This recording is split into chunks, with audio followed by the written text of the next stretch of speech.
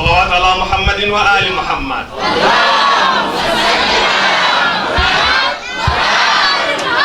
لبيك يا حسين، لبيك يا حسين، لبيك يا حسين، لبيك يا حسين، لبيك يا حسين، لبيك يا حسين. صلوات اللهم صل على محمد وآل محمد.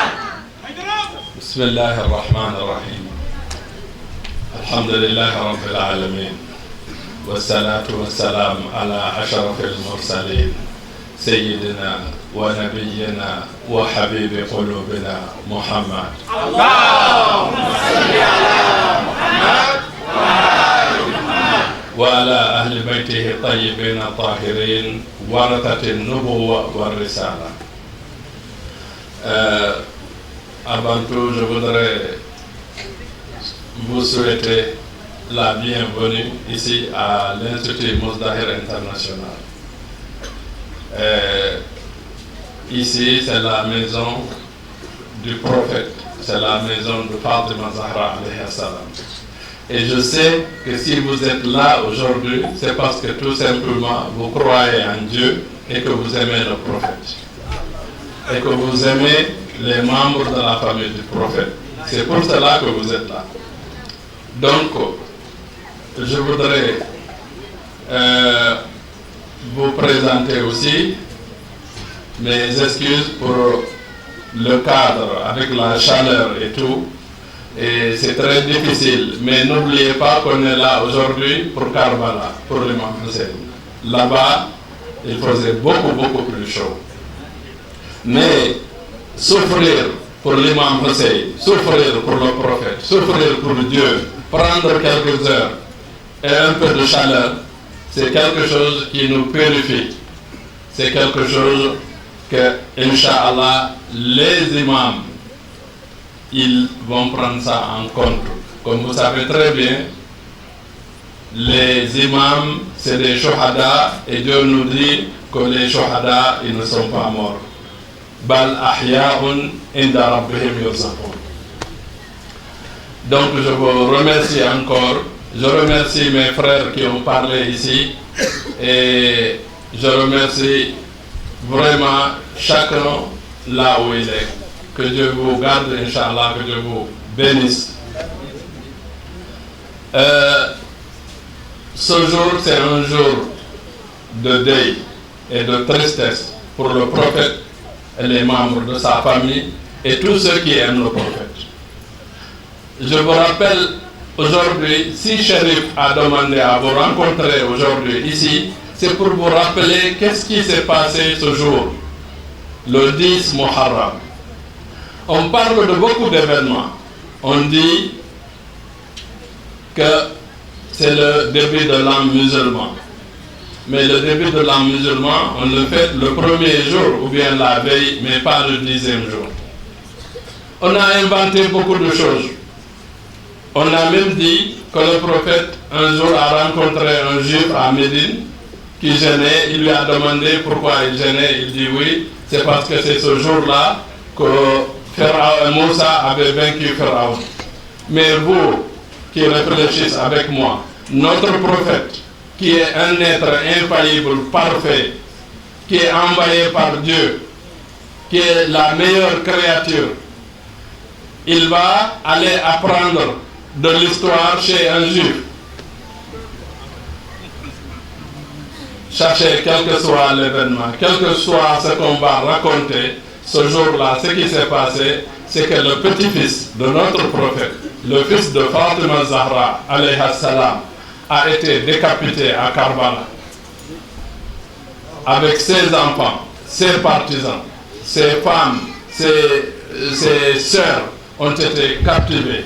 On les a traînés partout jusqu'à chez Yazid. C'est ça qui s'est passé ce jour. Maintenant, il y a beaucoup de gens qui disent, oui, mais vous, pourquoi vous insistez toujours à faire cet événement de Ashura alors qu'il y a eu d'autres qui ont été tués? L'imam Ali a été tué, l'imam Hassan al-Mujtaba a été tué, et même la mort du prophète, vous ne faites pas ça. Pourquoi vous faites ça pour l'imam Hussein? Ça, beaucoup de gens le disent. Mais je voudrais d'ailleurs, pour l'occasion, que nous tous, on ait une pensée pour nos frères, nos sœurs, nos enfants qui se sont noyés au mois de septembre, il y a plus de 15 ans, dans le bateau de Joola. Et c'est dans 5 jours. Moi, je sais que toutes les familles, parce que moi j'ai des familles qui sont très proches de moi, qui ont été touchées par ce qui s'est passé dans le Joola, chaque mois de septembre, ils se rappellent de ça et ils sont tristes. Nous, la famille du prophète aussi, chaque 10 du mois de Haram, on se rappelle de ça, on est triste. Maintenant, celui qui non seulement n'est pas triste ce mois, ce jour, mais aussi il fait la fête, celui-là, il est sympathisant de ceux qui ont massacré l'imam Hussein. Mais l'imam Hussein, en réalité, ce que les gens doivent comprendre, c'est qui d'abord l'imam Hussein? L'imam Hussein, c'est le petit-fils de notre prophète.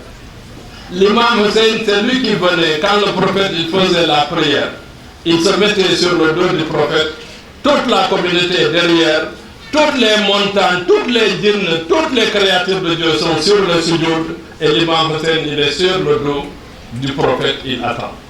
لأن الله سبحانه وتعالى يقول في كتابه العزيز يا جبال أوبي مع داود. Je vous dis, Dieu dit dans le Coran que quand Daoud il fait le sujoud, même les montagnes font le sujoud. Si Daoud fait le sujoud, les montagnes font le sujoud, imaginez le prophète. Daoud a été créé dans la sueur de notre prophète. Donc si le prophète fait le sujoud, qu'est-ce qui se passe dans le monde, dans l'existence? Mais c'est là l'imam Hussein, enfant, petit, il vient, il monte sur le dos, l'épaule du prophète, le prophète attend. Et après on dit au prophète, vous avez fait un sujoud très long. Il dit oui, parce que Hussein était sur moi, je ne voulais pas le déranger. Le prophète ne voulait pas déranger l'imam Hussein, et des gens qui se disent musulmans, qui décapitent Hussein. Quand Imam Hussein est tombé, il y a eu plus de 400 chevaux qui ont marché sur les côtes de l'imam Hussein. Le cheval même de l'imam Hussein, le Jannah, ils se battaient avec les chevaux pour les écarter de l'imam Hussein. Mais nous les musulmans, il faut qu'on comprenne la réalité et la vérité. La vérité est que ce jour-là, l'imam Hussein a été tué. Et que ça, on ne peut pas ne pas se rappeler de ça. Ça, c'est une partie de la réponse. L'autre réponse, c'est quoi? Je veux que tout le monde comprenne et réfléchisse. L'imam Hussein, notre prophète, il dit Hussein minni wa ana min Hussein. Hussein est de moi et moi je suis de Hussein. Ahabba Allahu man habba Husseina. Que Dieu aime celui qui a aimé Hussein. Maintenant, notre prophète, Jibril alayhi salam, s'approche du prophète. Il prend une couverture, il se couvre. Fatima Zahra, il vient, il lui dit rentre. Imam Ali vient, il lui dit rentre. Je parle de Hadith al-Kisa. Al-Hassan vient, il lui dit rentre. Al-Hussein vient, il lui dit rentre. L'imam Ali arrive, il lui dit viens, rentre. Son épouse Salama lui dit le prophète je rentre, il lui dit non, là où tu es c'est bien. Ils étaient 5. Et Dieu fait descendre innama yuridu Allahu liyudhiba ankum ar-rijsa ahla al-bayt wa yutahhirakum tathira. Dieu ne veut rien d'autre que de vous purifier d'une purification parfaite au vous les ahlul bayt. Maintenant, c'est les 5 là qui sont les ahlul kisa. Maintenant, écoutez bien, pourquoi on fait la fête? Pour pas la fête, mais la hasard, les condoléances de l'imam Hussein ce jour. L'imam Hussein, quand on a tué Sayyida Zahra alayhi salam, l'imam Ali était là, l'imam Hassan était là, l'imam Hussein était là. C'était encore supportable. Quand on a tué l'imam Ali alayhi salam, l'imam Hassan al-Multaba était là avec son frère. C'était supportable. Mais quand on a tué l'imam Hassan, il restait que Hussein. Et quand il était à Karbala, il leur a dit, je vous demande, est-ce qu'il y a un petit-fils du prophète sur cette terre, entre le ciel et la terre, si ce n'est pas moi? Est-ce que j'ai fait du mal? Est-ce que j'ai tué? Est-ce que j'ai pris les biens des gens? Est-ce que j'ai cherché le pouvoir? Ils ont dit non. Il dit, pourquoi vous allez me tuer? Donc, le jour quand on a tué l'imam Hussein, eh bien, il n'y avait plus un seul de Ahlul Qita qui restait. C'est pour cela on fait le hasard de l'imam Hussein. Parce que ce jour-là, le jour où ils ont tué l'imam Hussein, c'est le même jour qu'ils ont tué le prophète. Ils ont tué les Ahlul Bayt alayhi salam. Maintenant, les musulmans du monde entier, je vous demande, je vous pose une question. Le prophète, il décède. Il désigne Imam Ali comme son successeur à Ghadir Khoum. Tous ceux qui ne connaissent pas, qui retournent sur le hadith de Ghadir Khoum. Quand ya ayyuha ar-rasul balligh ma unzila ilayka min rabbika wa illam taf'al fama ballaghta risalatahu est décidé. Oh vous, le prophète, transmets ce qui t'a été révélé de ton Seigneur. Et si tu ne le fais pas, tu n'auras pas accompli ta mission. Il a dit man kuntu mawlahu fahada aliyu mawlahu. Allahumma wali man wala, wansur man nasara, wa adi man ada, wa khdur man khadar. Maintenant, le prophète a désigné l'imam Ali comme son successeur par ordre de Dieu. Et les gens là ont tué Fatima Zahra, ont tué l'imam Ali, ont tué l'imam Hassan, ont tué l'imam Hussein. Maintenant, nous les musulmans, on doit se poser des questions. Ces gens-là, qui ne sont ni des chrétiens, ni des juifs, ni des athées, mais ils se disent musulmans, qui ont tué la famille du prophète, quel rôle ils ont joué dans l'islam que nous pratiquons aujourd'hui? C'est ça qui est important. Sachez, je vous répète, je vous dis, et il faut bien noter, que ces gens-là, ils ont régné pendant un siècle. Et pendant un siècle, c'était une obligation d'insulter l'imam Ali dans toutes les mosquées de la Oumma islamique.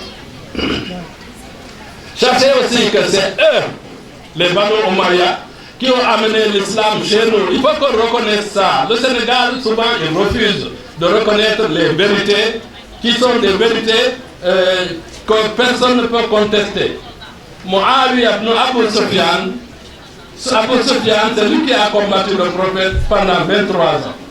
Lui et son fils se sont convertis à la fin de la révélation. Maintenant, ce Muawiya, n'oubliez pas, non seulement 23 ans il a combattu le prophète, mais sa femme Hind, c'est elle qui a mangé le foie de Hamza, qui a fait pleurer le prophète pendant un mois. Maintenant, c'est les deux là, c'est les papas, c'est les pères de Muawiya. Muawiya, c'est le père de Yazid. Yazid, qu'est-ce qu'il a fait? Il a régné 3 ans. Il a régné 3 ans. La première année, il a envahi Médine. Il y a eu 4000 des enfants illégitimes qui sont nés à Médine. Parce que l'armée de Yazid a violé toutes les femmes. Ça, c'est la première année. La deuxième année de son règne, il a tué l'imam Hussein. La troisième année, Yazid est mort. Yani mata Yazid wa jayshuhu yadribul Kaaba bil Mijdadi. Muawiya est mort, son armée est en train de frapper la Kaaba et est en train de brûler la Kaaba. C'est ça le règne de Muawiya. Donc l'islam de Yazid. Maintenant, l'islam que nous avons ici chez nous et partout dans le monde a été transportés, exportés et envoyés dans le monde par les ennemis du prophète. Il faut qu'on fasse des recherches. Il faut qu'on essaie de comprendre pourquoi. Donc nous devons savoir pourquoi on a tué tous ces gens-là et qui sont les gens qui ont tué et quel rôle ils ont joué. C'est ça le message. Le message, c'est qu'aujourd'hui, quel que soit l'événement qui est passé, ce qui est important, c'est que le petit-fils du prophète a été humilié, martyrisé, tué, décapité. Sa tête, on l'a amené jusqu'à Yazid dans un plateau. Et quand on a amené la tête, Yazid avait un bâton. Il tapait les dents de l'imam Hussein. Il y a un monsieur qui s'est levé, il dit Allahu Akbar, tu tapes les dents que le prophète embrassait tous les jours. On l'a pris, on a coupé sa tête lui aussi. Donc voilà l'histoire réelle de ce jour de Ashura, que tout le monde doit comprendre. Assalamu alaikum wa rahmatullahi wa barakatuh.